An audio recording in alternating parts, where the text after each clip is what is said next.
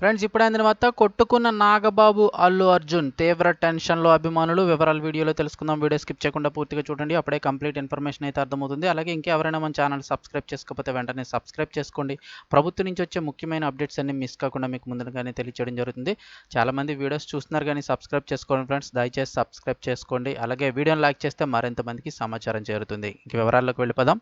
మనందరికీ తెలుసు గత కొద్ది రోజులుగా మెగా ఫ్యామిలీ అలాగే అల్లు అర్జున్ మధ్యన అయితే కనుక కోల్డ్ వార్ జరుగుతోందని అనేక వార్తలు పుకార్లు అయితే వినిపిస్తూ ఉన్నాయి.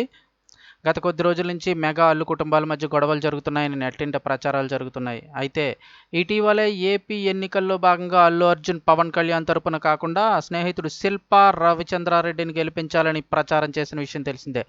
దీంతో మెగా ఫ్యామిలీ గొడవల వల్లనేనైతే పుకార్లు షికార్లు అయితే చేశాయి.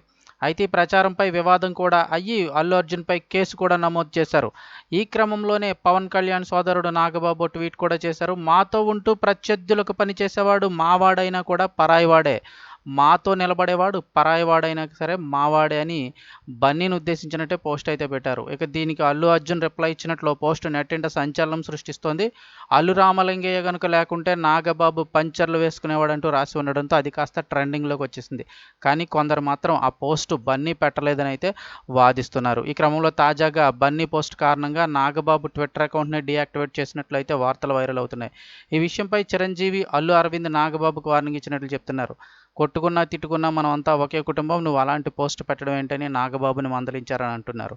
దీంతో ఆయన ట్విట్టర్ అకౌంట్ని డీయాక్టివేట్ చేయడం గమనార్హం. అంతేకాకుండా క్షమాపణలు కూడా చెప్పిన టాక్. ఇందులో నిజమెంత అనేది తెలియనప్పటికీ ఈ విషయం తెలిసిన వారు రకరకాలుగా స్పందిస్తున్నారు.